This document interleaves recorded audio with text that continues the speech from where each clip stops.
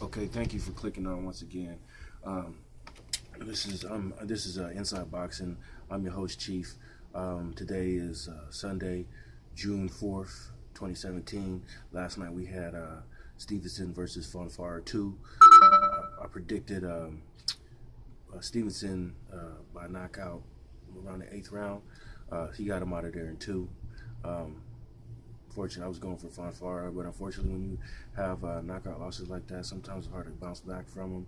You know, it takes a real special fighter to bounce back from devastating knockout losses like, Pacquiao could do it and Hearns could do it. But, sometimes the knockout losses kind of takes something away from a fighter, kind of like David Reed and, Fernando Vargas, similar situations like that.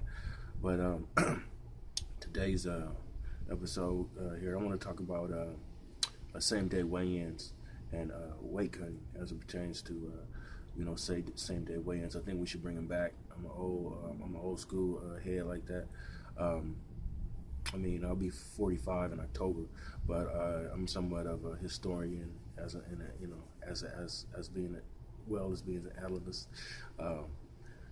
Modern day analyst, but I know my history too, always going back to Marquis of Queensberry in London.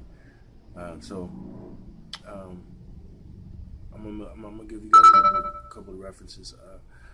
I was funny as a kid. I didn't like long fights, because of 15 rounds and I get bored. But I did like my stars, like Sugar Ray Leonard, Muhammad Ali, and Hector Macho Camacho. But there was another fighter I liked, with some flair back then too, named Ray Boom Boom Mancini. He was a big star. And there was an event in the early '80s. I don't think I was about 10 years old on national TV. I think it was a daytime fight on NBC, I think, and he fought a fighter by the name of Dooku Kim, and he wound up. I think we went to the 13th round, and Dooku Kim wound up slipping into a coma and passing away. I believe about a week later, and that obviously sent the public into a frenzy, not somewhat, because it was a death. They saw a man get beat to death essentially on live TV, and right after that they pretty much shortened all the championship fights from 15 rounds to 12 rounds, and they really implemented day before weigh-ins. Now I'm not a fan of that, and I'll tell you why. Number one, because it's trendy, and it kind of defeats the purpose. And I thought they were helping at the time, but it really doesn't, because you got cats fighting out at unfair advantage. You got fighters fighting at an unfair advantage. Now you guys got weighing in at 147, and they balloon up to 170 by fight time. So it's essentially a welterweight. You're weighing in as a welterweight, but fighting as a super middleweight. Which is just, it's just ridiculous. People think that's the norm now. They don't know, you know what I mean? It's been so long. But, I'm old enough to remember. I'm old enough to know both sides of the coin. And on that one, they got it wrong. Shortening fights, yeah, I could dig that. You know what I mean? I didn't like it at first, and kind of sometimes I still don't. But 12 rounds, if you had to weigh one rule or one change or the other, I would definitely pick the changing 15 rounds to 12 rounds. But the same day weigh-ins, we need to go back to that, because you'll have more fighters. They'll be taking their craft more seriously. Number one, that you won't have a problem with dehydration.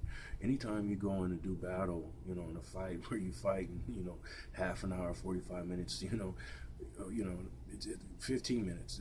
It's imperative that you are not dehydrated, if nothing else. And that's, unfortunately, that's the main thing that happens first and foremost, among other things. And you got cats missing weight and giving up portions of their purse because of fines, and accepting and fighting. And it's whack. Nowadays, to be truthfully honest, they need to go back to same day weigh-ins. It'll make fighters respect their craft more, be more on point.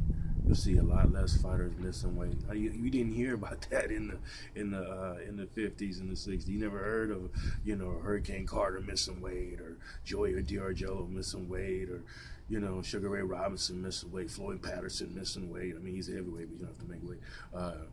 You didn't hear about Carlos Monzon not making weight. That just didn't happen back then. You never heard about Tommy Hearns, not making weight, or Will Benitez not making weight, Carlos Palomino not making weight. Those guys, it wasn't an issue back then. We started that, like I said, and unfortunate aftermath of the Dooku Kim tragedy to try to prevent stuff. And I know they thought they were doing something good, but it's not. It's become just a circus, really. It would definitely make fighters more healthy. Go back to same-day weigh-ins. It's not only beneficial, it's safer, it's healthier all the way around. You know what I mean? Like I said, it prevents the fighters from getting dehydrated. They'll be fighting what they weigh in accurately, and it's just better all the way around the board. Like I said, the only fighter who ain't on that bandwagon of cutting weight and killing themselves in the sauna and wearing wetsuits and all that bull crap was Floyd Mayweather, and he happens to be the only undefeated fighter out there right now. I mean, say what you want, he's not, or whatever. That's not the argument.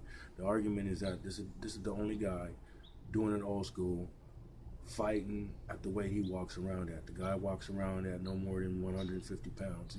He really walks around at like 149, and he fights at 147. So, I mean, he takes a shit in the morning and he goes and fights. You know what I mean? The guy's always in shape, and he's the guy that's most successful in the game right now. So, say what you will. That's my take on it. Second installment. I hope you like it. Click, like, share, subscribe.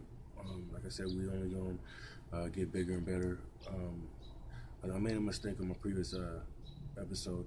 The email is actually my personal email for this is actually cornerman2nd, one word, @gmail.com, and the email for the show podcast is insideboxingonline@gmail.com.